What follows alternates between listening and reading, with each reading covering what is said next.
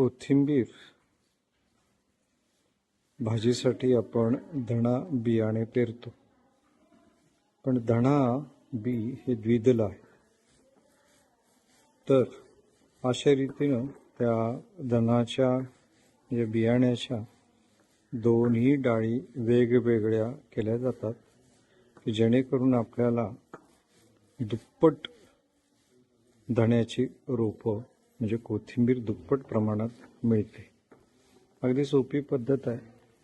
या आजीनं आपल्या हातात एक दगड घेतलाय आणि पाटा वरवंट्यावरती जसं काम करतात त्याप्रमाणे अबदारपणे ते धण्याच्या बियांच्या वरती तो दगड फिरवून त्याच्या डाळी करत आहे.